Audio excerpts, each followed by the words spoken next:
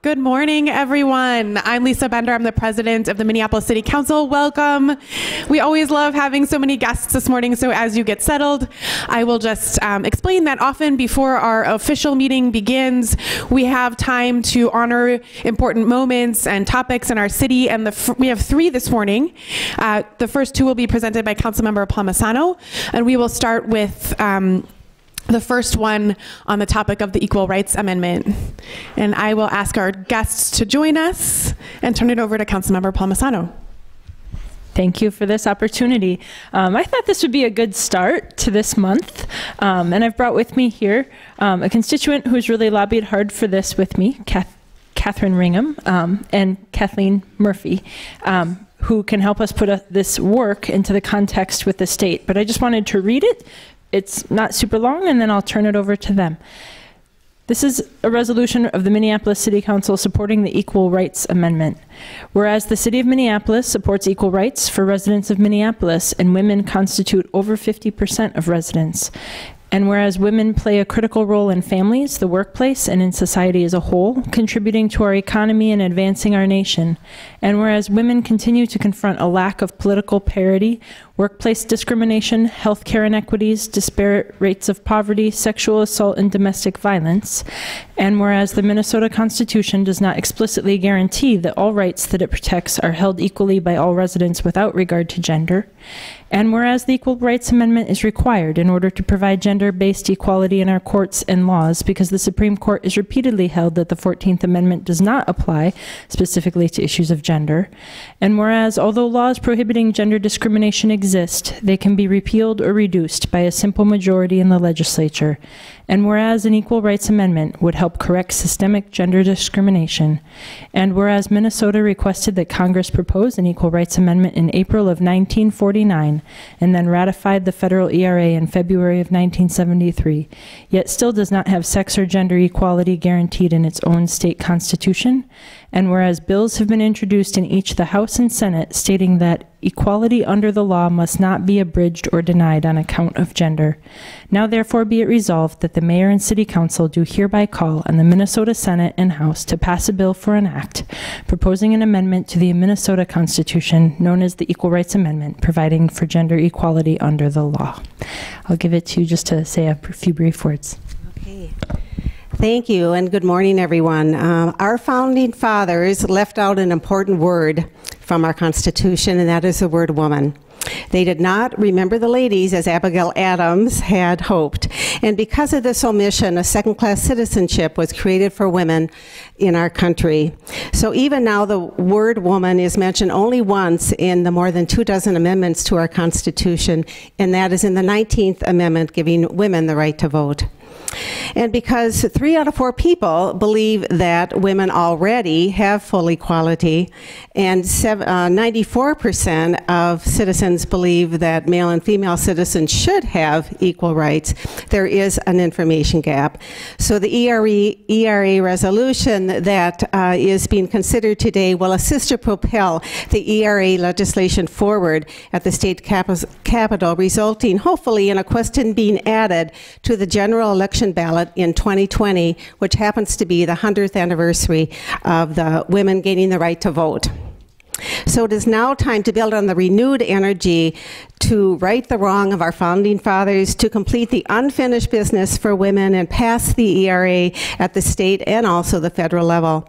As one who has been watching, marching, and waiting since the 1970s for the passage of the ERA, I would like my 3 granddaughters, when they pick up the copy of the Constitution, to see that women and men are persons of equal stature. This is not a partisan issue, but one of universal human rights. Gender equality should be an explicit, basic principle of our society. So thank you for considering this today. Okay. Thank you.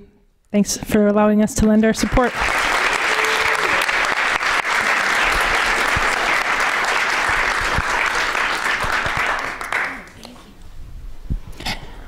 Our next resolution that we want to honor this morning. Do we have Karen Sletton in the audience to come on up with us? Come on, come join us. This resolution is to declare March 13th Multiple Sclerosis Awareness Day in Minneapolis. We've done this for a few years now, and I have some colleagues here with important things to share and say about it. I wanted to hand you the honorary resolution as our guest this morning. Thank you for being here. I think I'll just let my guests speak for, my colleagues rather, speak for themselves, and then we will share reading this amendment. So go ahead. Yep, sure. Thank you, Councilmember. For me, this is very personal with family members, and I think it's important to, as we want to thank you for putting forward this resolution, that we think about multiple sclerosis and working towards a cure and for treatments. And remember that it's not just those that are afflicted with multiple sclerosis that are affected, but just all the families, all their loved ones, and realize that we just have to keep working on finding some way to cure this. Thank you, Councilmember Schrader. And my name is Andrea Jenkins. And, you know, last year this time, I announced that I had been recently diagnosed with multiple sclerosis, and I had a cane at that time. And today, I clearly don't have a cane, and but I'm still living with a chronic illness, and I just want to bring attention to the fact that many people in our communities are living with chronic illnesses, some visible, some invisible, and we need to be, I think, empathetic, and as well as encouraging and supportive of the people in our community that are battling and living with chronic illnesses. And so I'm just grateful today to be here and support the MS Society and the work that they're doing, and keep up the good work. Thank you. Thank you. I'm just going to start reading the first two stanzas, and I'll hand it off and hand it off. Whereas multiple sclerosis is a neurological disease of the central nervous system, affecting 2.3 million people worldwide, and whereas the National Multiple Sclerosis Society reports that more than 12,000 Minnesotans live with MS, and that the disease generally strikes people in the prime of life between ages 20 through 50, and the cause and course of the often debilitating symptoms of MS remain unknown and no cure currently exists. And whereas the National Multiple Sclerosis Society has been committed for 73 years to a world free of MS, heightening public knowledge about and insight into the disease, and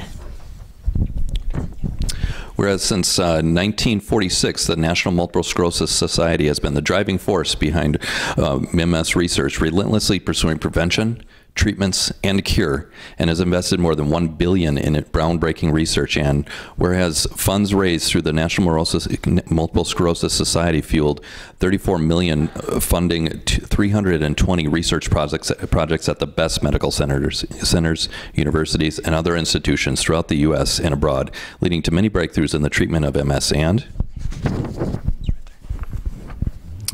And whereas stopping MS in its tracks, restoring what has been lost, and ending MS forever is the mission of the National Multiple Sclerosis Society, and one that all Americans and Minnesotans should support. And whereas the city of Minneapolis recognizes the importance of finding the cause and the cure of MS, and expresses its appreciation for the dedication that the National Multiple Sclerosis Society has shown towards creating a world free of MS. Now, therefore, be it resolved that the Mayor and City Council do hereby declare the 13th day of March 2019 to be MS Awareness Day in the city of Minneapolis, and that the 35W Bridge be lit in orange on this day. Congratulations.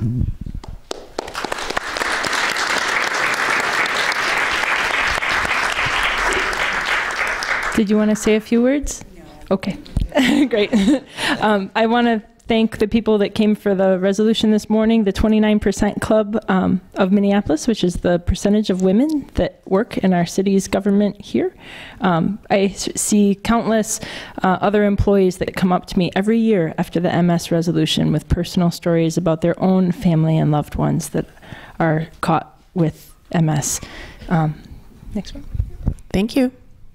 Thanks so much. Thank you.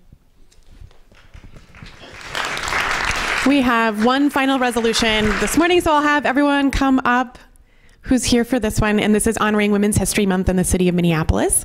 And we have representatives from our 29% club who are women who work for our city. Our city's workforce does not represent our city's population in a number of ways, including the number of women we employ and the number of people of color that we employ. And so we are working hard to change that. We have incredible leadership at every single level of employment in every department from women, and particularly women of color who often are carrying many burdens in their work. So I will read the resolution and turn it over to our amazing staff. So this is a resolution honoring Women's History Month. Whereas Women's History Month traces its beginnings back to 1911 with the creation of International Women's Day and Congress designating March 1987 as Women's History Month. And whereas the month of March is observed nationally as Women's History Month to promote equality and celebrate women's roles in history and society. And whereas Women's History Month acknowledges and honors numerous past and present educators, scientists, activists, pioneers, leaders, artists, inventors, entrepreneurs, and elders with special ceremonies and activities. And whereas female employees make up approximately 29% of the city of Minneapolis workforce, and whereas the city of Minneapolis's leadership strives to create an organization where women are equitably represented and thriving across departments and roles, and whereas the city council is led by a female city council president, a female city council vice president, and 3 additional city council members who do a lot of work on the city council, and whereas over half of the city's 23 departments are led by women. And whereas to support women in the city of Minneapolis' enterprise, the 29% Club was formed in 2017 as an employee resource group for those interested in the advancement and empowerment of female employees, and will celebrate Women's History Month with events throughout the month.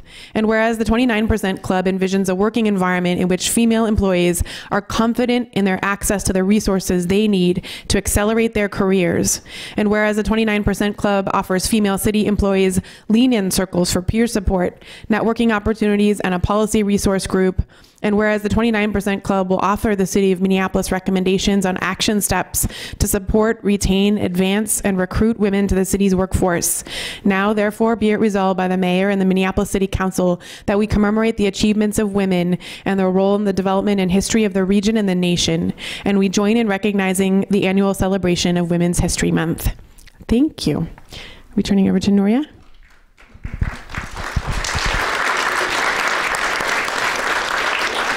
Thank you all, and my name is Nuria Rivera-Vandermeide. I am the city coordinator for the city of Minneapolis, but really stand humbly before you as but one of the amazing 29% of women that really work and dedicate their lives to this community.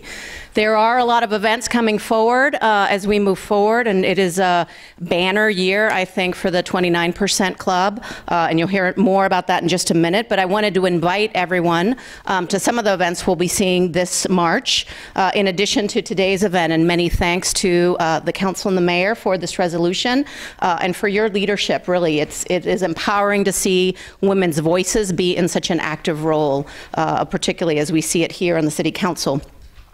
But in addition to today's resolution, on Friday, March 8th, it is the International Women's Day celebration, and we ask you to join us in the Rotunda from noon to 1, where we will have a speaker series with Latina women, and really happy with Councilmember Cano to be at that panel as we celebrate also just Latina leadership in the city. So excited about that.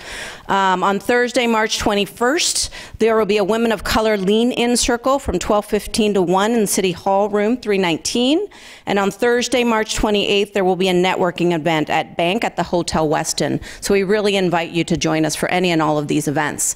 But as I mentioned, this is a really interesting year for the 29% Club. There are some great leadership changes, and I'm going to pass it on to one of those leading emerging voices as we think about leadership, Cheyenne Brodeen.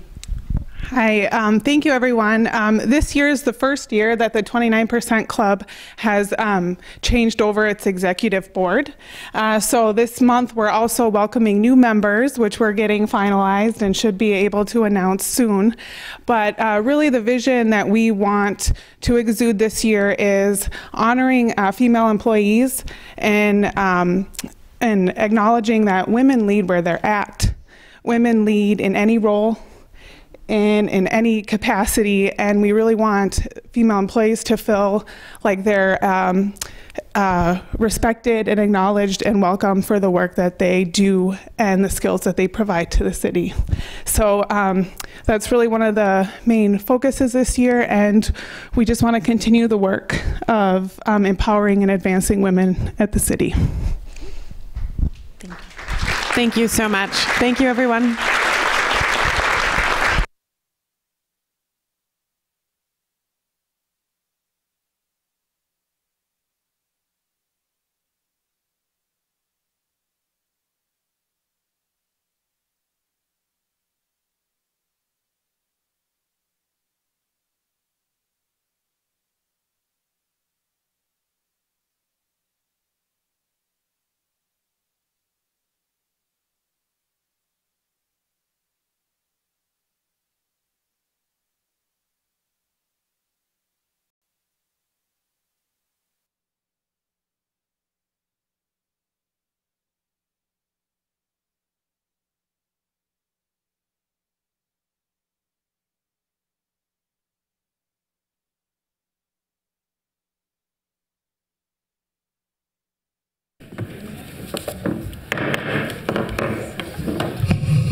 Okay, thank you. Again, I'm Lisa Bender. I'm the president of the Minneapolis City Council, and I will call to order this regular meeting of the City Council for March 1st, 2019, and ask the clerk to please call the roll.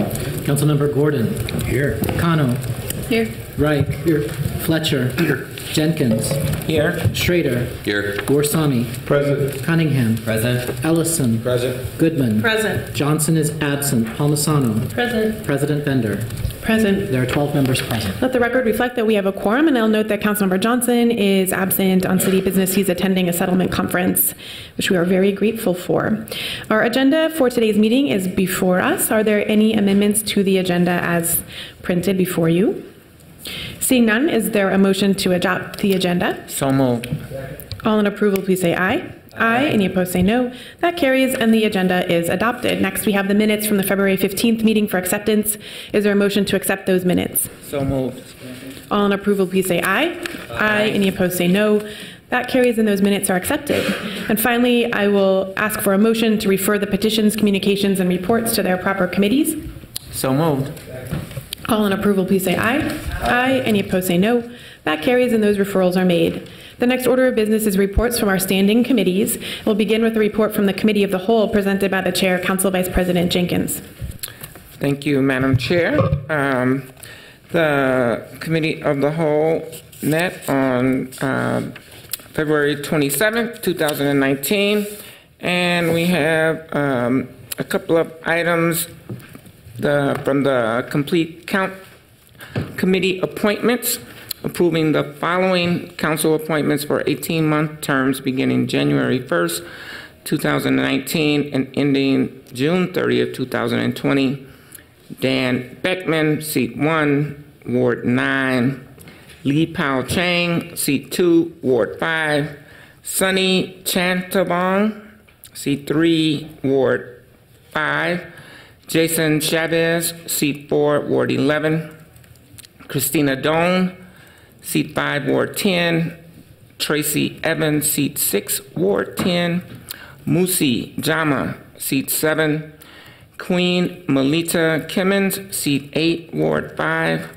Ian Champlin Keola Mannion, seat 9, Ward 1. Victor Martinez, seat 10, Ward 5. Jean Montrese, seat 11, Ward 11. Karen Morotz, sorry if I misspoke, seat 12, Ward 4. Wah Hoa Vu, seat 13. Joe Bang, seat 14, Ward 4. Robert Harris III, seat 15, Ward 5.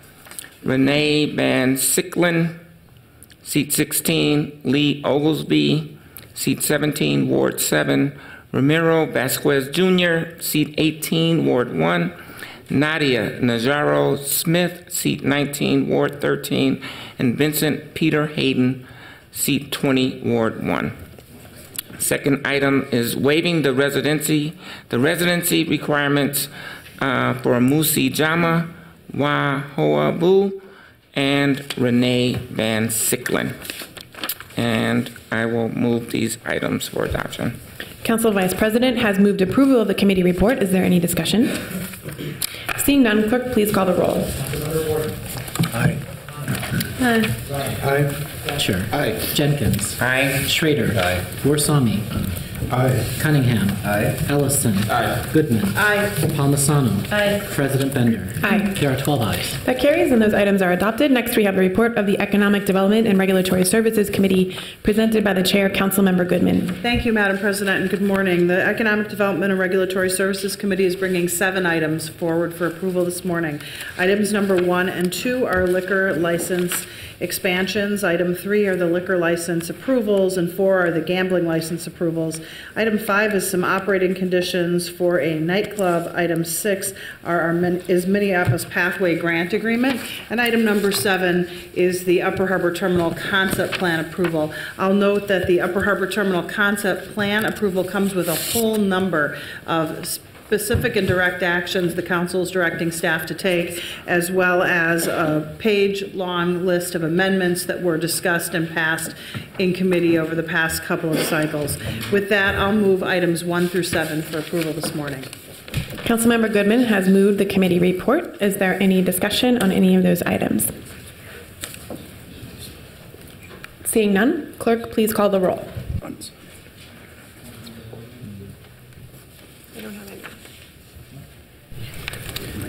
Councilmember Gordon. Councilmember Gordon, would you like to speak? I don't have you in mind, but I did want to make a brief comment. Go ahead. Sure. I did comment a little bit in committee and asked some questions, but really didn't comment much on item number 7, the Upper Harbor Terminal. Would that be all right? I just wanted to acknowledge the work that went into this. I know that we delayed this over a couple of times, and I know that council members worked on a number of amendments. I assisted with some, and I really appreciated the opportunity to work with Councilmember Cunningham on some of those amendments. I know that there's still some angst in the community over this issue, but I just want to acknowledge that I see this as a real pivot point and a potential here so that we can look at this project again, kind of refresh what's going on. All the amendments, if you look at what's in there, and all the opportunities to do a different level of engagement to make sure there's community benefits that are put in there, that we look at the eco-district protocols that are happening. We clarified in the committee that this is a framework and there's flexibility within it to make changes. I want to acknowledge that. I also just wanted to acknowledge what a difference it is looking at this plan now than it was several years ago when we first went out for the RFP and when we gave development rights to the developers. I think this level of community engagement and council engagement in the project gives me great and enormous hope. I think as we're looking forward, we can acknowledge that the economic times and even the projections about what was needed are probably very different today than they were back then when we started looking at this. It was really a long project to get the city out of the business of kind of having a, I guess, a do-nothing Upper Harbor. I mean, it wasn't. It was an interesting project, probably way back when they started it. But we have an opportunity now to take that public asset and make a much greater good out of it. And this concept plan right now and the changes that have been made to it give me hope. So I will be supporting it. Thank you. Councilmember Cunningham. I'm going to yield to Councilmember Ellison first. Sorry, my computer is not working for whatever reason.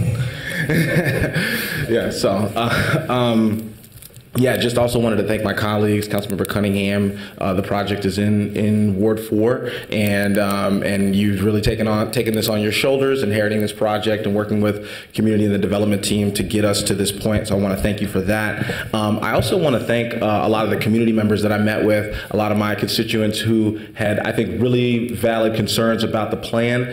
I spent a lot of time talking to folks and sharing some of their concerns as I really dug into the details and into the weeds of those concerns. concerns, and those concerns are what prompted a lot of the changes that you're seeing in the plan. My goal moving forward, as we go to draft a more the actual plan a year from now, is that there don't have to be so many amendments, because we're going to be changing how we're moving forward in terms of engagement with the community, and that the plan in front of you and that the plan that we have and that we develop is reflective of what the community's needs are. So again, thank the development team for not taking your ball and going home when things got a little tough, but really want to thank the community for continuing to push me, push my colleagues to go for the changes that are in this plan. So thank you. Councilmember Cunningham. Thank you, Madam President. So, as was mentioned, Upper Harbor Terminal is a project that I inherited from my predecessor. When I was sworn in, I immediately dove into the work based on the values of and drive for building community wealth and leveraging this redevelopment as a path to restoring our community to the riverfront, or excuse me, reconnecting our community to the riverfront after generations of being separated from it. For the folks who have not yet taken the time to read the concept plan or the amendments that Councilmember Ellison and I introduced, I highly recommend you take the time to do so. This project is not the same project that I inherited. I would like to thank every single committee member who took the time to sit down with Councilmember Ellison and I, who showed up at meetings or engaged in some other way directly with us on this project, especially in the last few months. Democracy is the ability to be able to have challenging conversations productively, and this is what we have done together here and will continue to do so. Moving forward to the coordinated plan, which is where the rubber really hits the road, as they say, there will be a collaborative planning process. The Community Planning and Engagement Committee will be doing in-depth, hard choice work through deliberations and co-creation with the city, parks, and development partners. They will take the deliberations out into the community and lead outreach and engagement to increase the amount of residents, particularly Northsiders, participating in the collaborative planning process and other Upper Harbor Terminal related activities. There's a lot of good work still ahead, and it's really just getting started. So I ask for my community to stay energized, motivated, and engaged. I want to take a moment to thank all of the city and park staff who have put in so much time, passion, energy, and expertise into this project. I would like to thank my Northside partner, Councilmember Ellison, and thank you to the mayor as well, for the and to the development team who has fully embraced racial equity and justice as the forefront of the conversation rather than a nice to have. It's been really moved to the forefront of the conversation. I'm grateful for your flexibility, and also grateful for your flexibility to have community voice so strongly in the project moving forward. So thank you. And thank you to Mayor Fry for your support, and thank you to my colleagues for supporting this plan moving forward. Thank you. I'll note we've been joined by Mayor Fry. Mayor, would you like to say something? Thank you, Madam President. Yes, just briefly, I am thrilled to see the progress that's being made right now for Upper Harbor Terminal and by extension for the entire city. This project has significance for North Minneapolis, a portion of the city that has traditionally not seen investment that other parts have seen. But it's important for the entire city of Minneapolis. This is our foremost economic development project that we have right now. It is a continuously #1 and or #2 project on our capital requests over to the state. And there's been a significant amount of community engagement to this point. And there will continue to be a significant amount of community engagement going forward. Thank you so much to the amendments that our North Side council members have made, Council Members Cunningham and Ellison, to our staff who have underwent a pretty extensive processing bringing it to this point, and I'm looking forward to the progress going forward. Thank you. Thank you. Is there any discussion or further comments from council members? I don't see any. I will then just myself once again thank council members Cunningham and Ellison for their leadership. I want to reiterate that these two council members, although they've only been in office for 1 year, have an extraordinary amount of respect within this body. And so we would not be voting, I think, in this way today without the leadership and all of the work that these two council members have put in. I think we all also deeply respect the way that the two of you work together. And, that doesn't mean always agreeing or always being exactly doing the same thing. And I think you have very extraordinarily complementary skills, but always put North Minneapolis and the community first. And so we see that, and again, we will have your back. And so these commitments that have been made on a piece of paper, I think sometimes we can all be a little skeptical, like, will these words really come to life? We hear a lot about race equity and economic empowerment, but in our communities, we're seeing displacement. So I think we all have to work really hard to make sure that the leadership that you have shown shows up in the next time we vote, and when we're breaking ground, and that the work goes beyond this particular site, the riverfront park, and into the community around, and really requires us to think big about how we are going to realize our commitments as a city for stopping displacement. It's a thing that not very many cities have been able to accomplish, and I think we need to think creatively. We need to ask deep questions about land ownership, about economic models. I've seen these two council members question assumptions again and again, and like a broken record, I will keep saying we have your back, and this council deeply respects the leadership. So council members Cunningham and Ellison. With that, anything else? Seeing none, clerk, please call the roll. Councilmember Gordon. Aye. Cano. Aye. Wright. Aye. Fletcher. Aye. Jenkins. Aye. Schrader. Aye. Warsami. Aye. Cunningham. Aye. Ellison. Aye. Goodman. Aye. Palmisano. Aye. And the people? President Bender. Aye. There are 12 ayes. That carries, and the report is adopted. The next report is the Housing Policy and Development Committee. That will be presented by Councilmember Gordon. I know we will have some transition time as folks come and go, so Councilmember, you can decide when you want to start or if we want to pause. I think we can go ahead and start. Appreciate that. The committee is bringing forward 3 items for consideration today. The first one is authorizing staff to continue the analysis for the Mino Bimadizuan proposal. This is the proposal at 2105 Cedar Avenue South, where our navigation center is currently located, for the proposed apartment building there. And they'll be analyzing it to determine if tax increment financing assistance is appropriate. Second item we're bringing forward is just an extension of an Affordable Housing Trust Fund award for the Park 7 apartments. And the third item is approving revisions of program guidelines for our Minneapolis small and medium multifamily loan program. I will move all 3 items forward for approval. Councilmember Gordon has moved the report from the Housing Policy and Development Committee. Is there any discussion? Seeing none, clerk, please call the roll. Councilmember Gordon. Aye. Cano. Aye. Wright. Aye. Fletcher. Aye. Jenkins. Aye. Schrader. Aye. Warsami. Aye. Cunningham. Aye. Ellison. Aye. Goodman. Aye. Palmisano. Aye. President Bender. Aye. There are 12 ayes. That carries, and the report is adopted. Next is the report from the Public Health, Environment, Civil Rights, and Engagement Committee, presented by the Chair, Councilmember Cunningham. Thank you so much, Madam President. The Public Health, Environment, Civil Rights, and Engagement Committee is bringing forward 4 items. The first is approving the council appointment of Mary Peck, Seat 3, Ward 3, for a 2-year term. The second is a Northern Green Zone Task Force resolution amendment, adding 2 additional voting members and adding the expertise for the voting members to include education and/or youth-oriented work.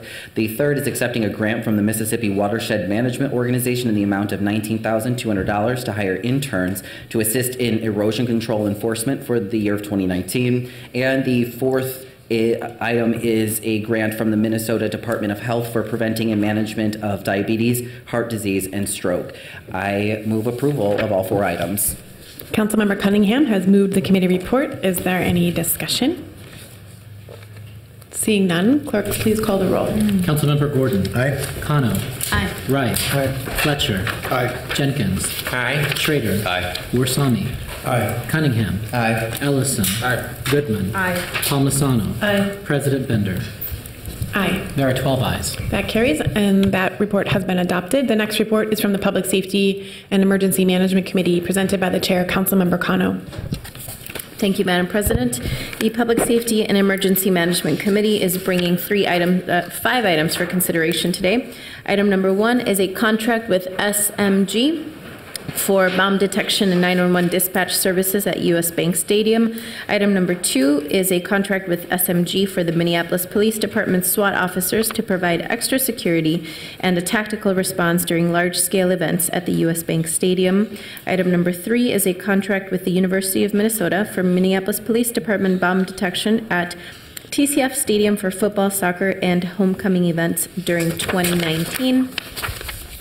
Item number 4 is a gift acceptance from the National Network for Safe Communities at John Jay College for travel-related costs.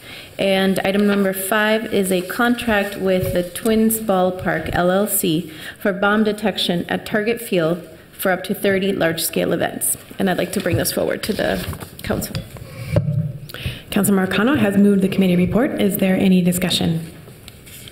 Seeing none, clerk, please call the roll. Councilmember Gordon. Aye. Kano. Aye. Reich.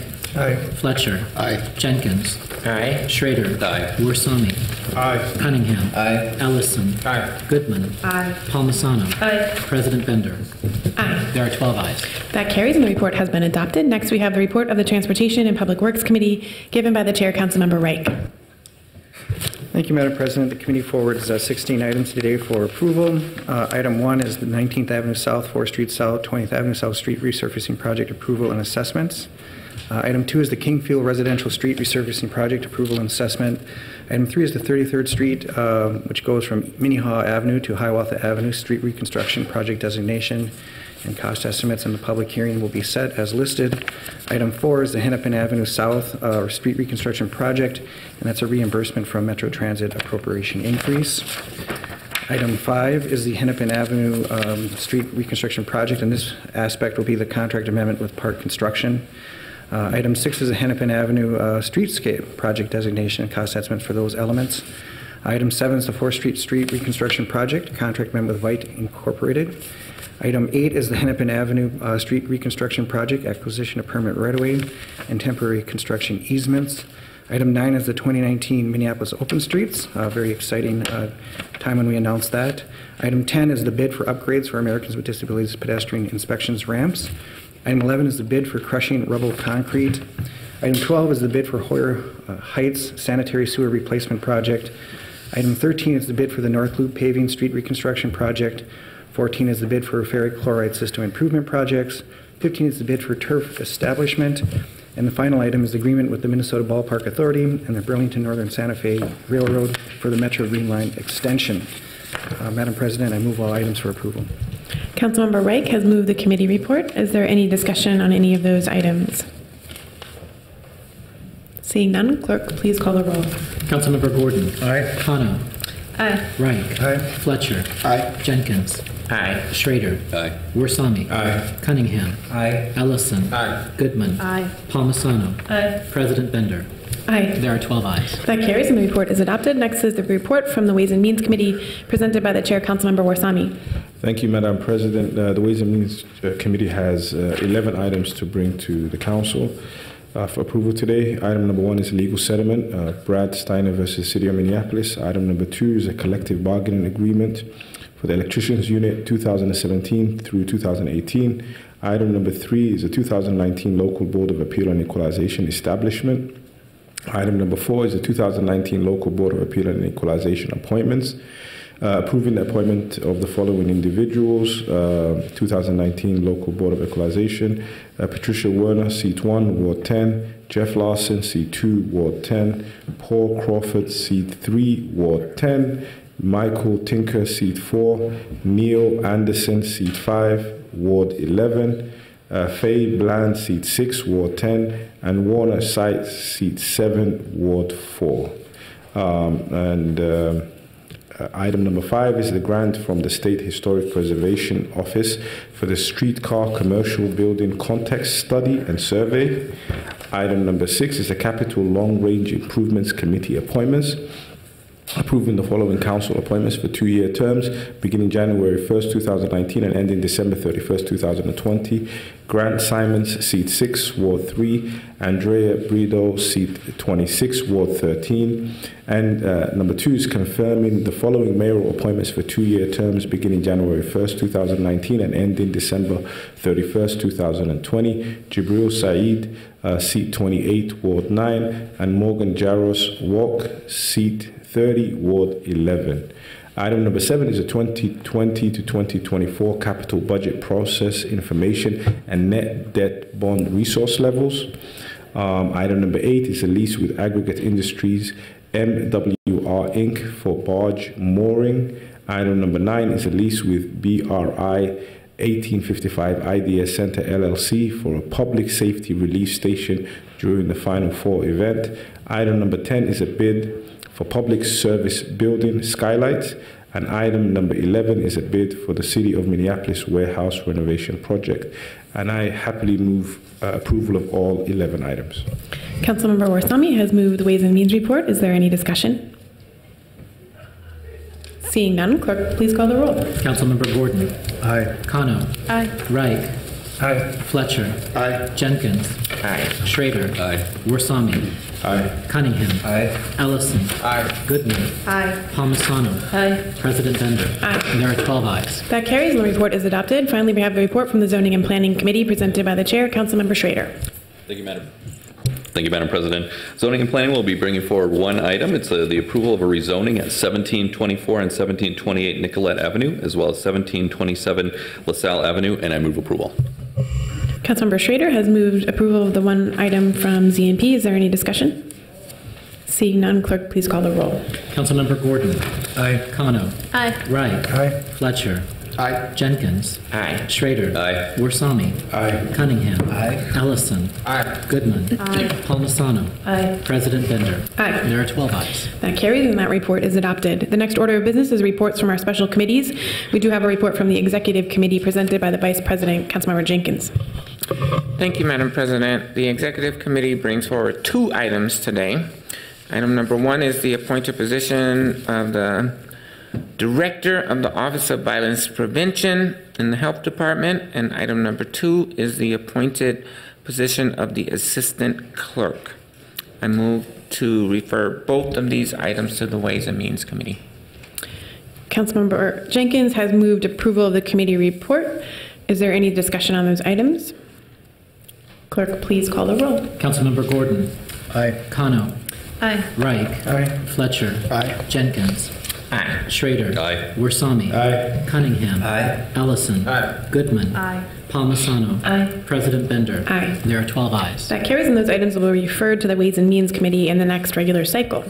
The next order of business on our agenda is introductions and referrals. We have 3 matters on that calendar today. The first is a motion by Councilmembers Reich and Goodman pursuant to notice to introduce, grant first reading to, and refer to the Transportation and Public Works Committee the subject matter of an ordinance amending provisions related to permitting and operations of PV Plaza.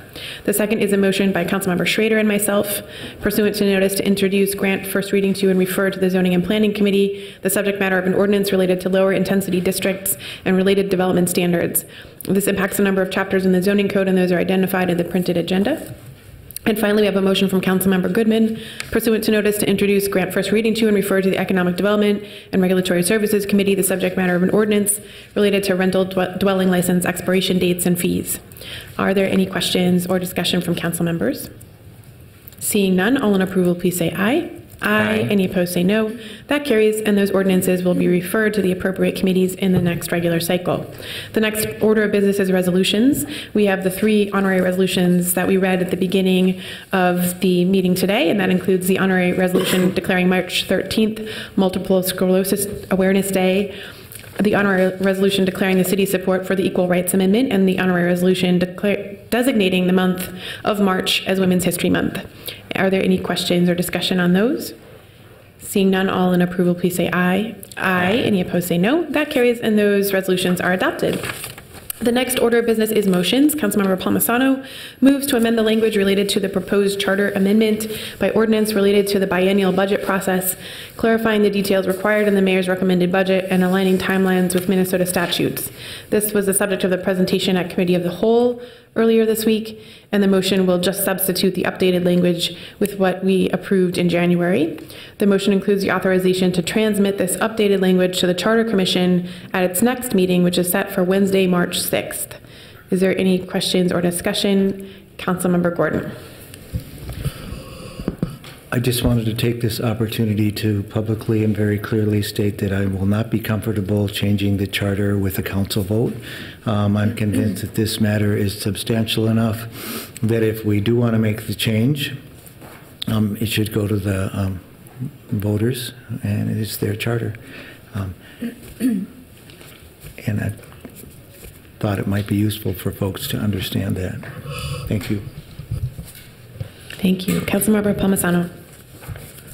Thank you, Madam President. I wanted to thank all of you for allowing me to present before you, and it was a lengthy presentation at the Committee of the Whole regarding biennial budgets. I recognize that it was a long discussion, and I appreciate your time and your energy. I want to point out that this is the path that we set this on, so it is going to need to go essentially between the Charter Commission and City Council a couple of times before it might get on a path that would go to the voters. And if it needs to do that, then it would go to the voters probably in the 2020 election cycle. I think we can see this change as a step of continuous improvement, this modified language, and there's still more to do. All of the changes that I am bringing forward were part of this work group that we have convened intra-jurisdictionally. I don't want to belabor the presentation, but I do want to address a few items that have been confusing or perhaps missed. This proposal would not eliminate any public hearings regardless of what year in the biennium we're in, and that is an important distinction to some of the concerns that my colleagues had the other day. Even if the mayor and council chose not to initiate major changes to a supplemental budget, we would still be required to hold our truth in taxation hearing, and we can still hold our second budget hearing. What would that look like is what some people were wondering on the stand. I think that instead of reacting to a couple of highlights of just the new things in the budget, I'm really eager for people to start from a place that could really be creative. I think we'd hear what's bubbling up to residents and maybe hear new problems that we hadn't already thought of to solve over the coming year, or in some cases more immediately.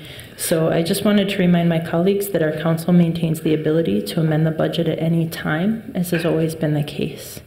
A point of clarity in these new work group changes is that council, as well as the mayor, would now be the only office capable of initiating a supplemental budget in these off years. So if there's more questions, I'm happy to address those. I think there are things that are appropriate for us to address as a city council because it's how we do our work for the people, and I think there's other things that need to go to the voters. I obviously feel strongly that this is a structural change that happens with City Hall, but I appreciate that not all my colleagues feel that way. So thanks for the time.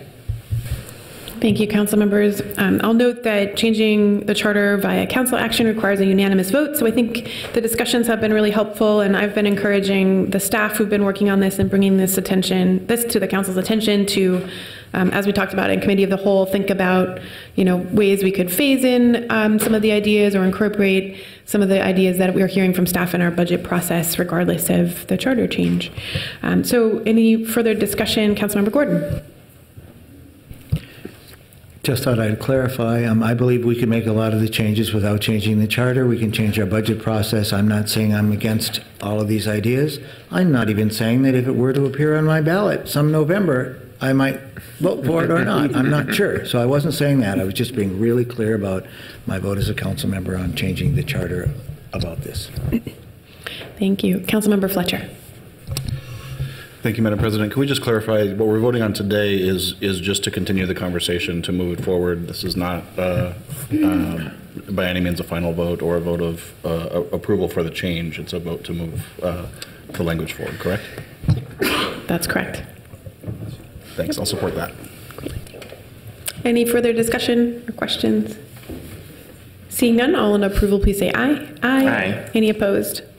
That carries and the motion is approved. So we'll direct the clerk to transmit the updated language to the Charter Commission on behalf of the City Council.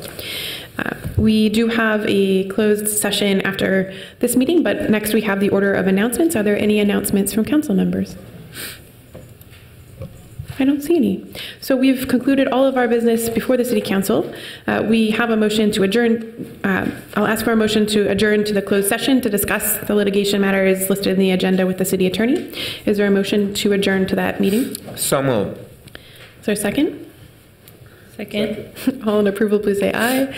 Aye. Any opposed? No. That carries. We are adjourned to the closed session. Thanks, everyone, and have a great weekend.